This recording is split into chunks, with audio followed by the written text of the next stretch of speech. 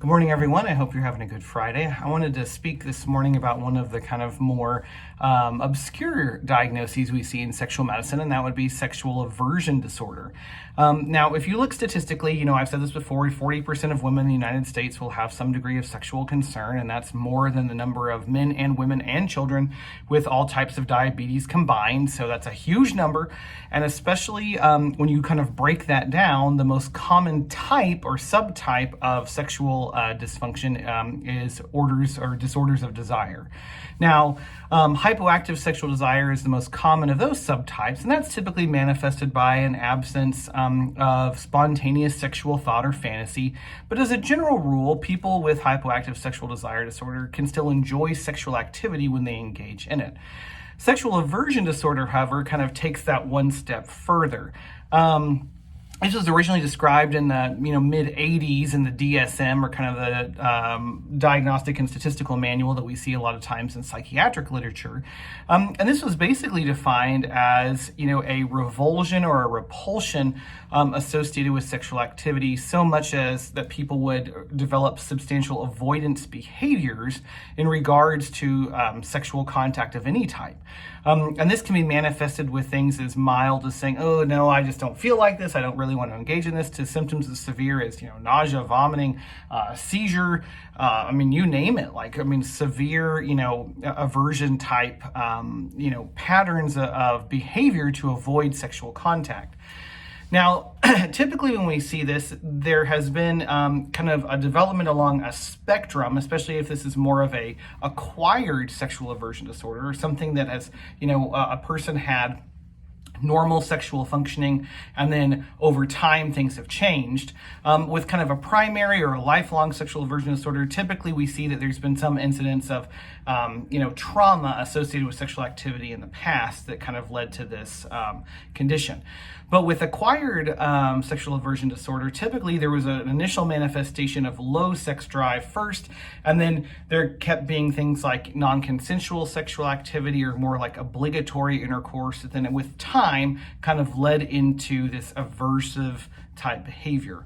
As it stands right now, unfortunately, there's not any real type of medication that we can give to kind of counteract this or help, with this condition like we have for hypoactive sexual desire disorder.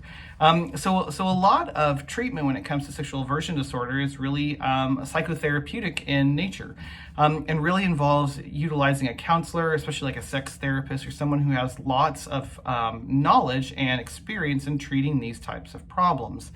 Now, for couples that deal with sexual aversion disorder, or when one member of the couple deals with it, this can be something that is incredibly traumatic or problematic to both individuals. It can cause quite a bit of relationship distress. Obviously, the partner with the condition may feel, broken, or may feel there's something wrong with them. Like, why do I feel this way?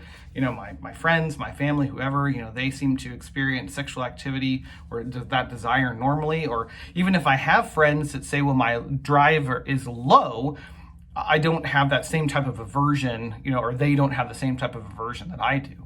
On the partner side of things, obviously there can be a lot of, issues with self, concern. Like, is there something that I'm doing? Is there something that's gone on? Does my partner not find me, attractive? Is there something wrong with our relationship? And for the vast majority of the time, the answer to that quandary is no. This is not a partner issue. And this is something I see all the time when I have, patients come in and they say, well, I have low sex drive. I love my partner. I find them attractive. I think they're amazing. They're the bee's knees, but I just don't want to engage in sexual activity with them. And that's a distressing thing too. Obviously, if you find your partner very attractive, why don't you want to engage in that? A lot of patients will hesitate to tell their partner that they have this kind of sensation of, I love you, I think you're attractive, but I don't want to engage in sexual activity with you because it may kind of affect their sense of self-esteem.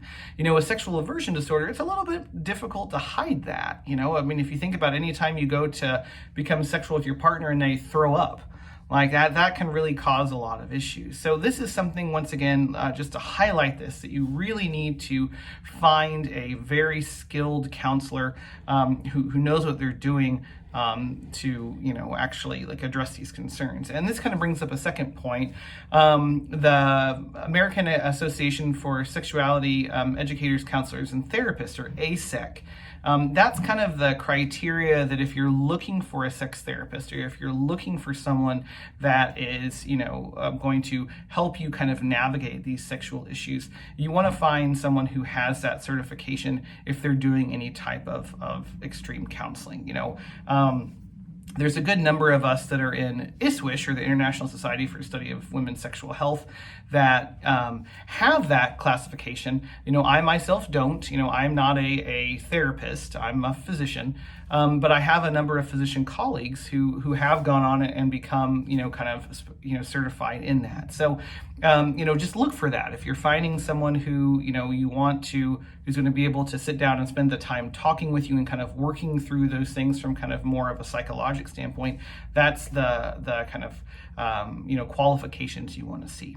So to kind of sum things up with sexual aversion disorder, if you find that you have any type of negative physiologic function with engaging in sexual activity with your partner, whether that's, like I said, just, basic kind of revulsion all the way to nausea, seizures, passing out, anything like that, know that there are things that can be done, and there are things that we can do to kind of help with that. So find someone who's knowledgeable in sexual medicine that can kind of steer you down to a counselor that really helps with that. Obviously, you can, look at things from kind of a psychopharmaceutical type way, and if there are different, other kind of issues that are going on in terms of, more anxiety, if there's more depression, if there's other kind of psychiatric type conditions too, treating those can be beneficial in helping with the sexual aversion disorder as well. So, anyway, that's what I have for you today. I hope that you have a wonderful weekend. Stay safe out there. Wear your mask. Get your vaccine if you haven't gotten it, and I will talk to you later.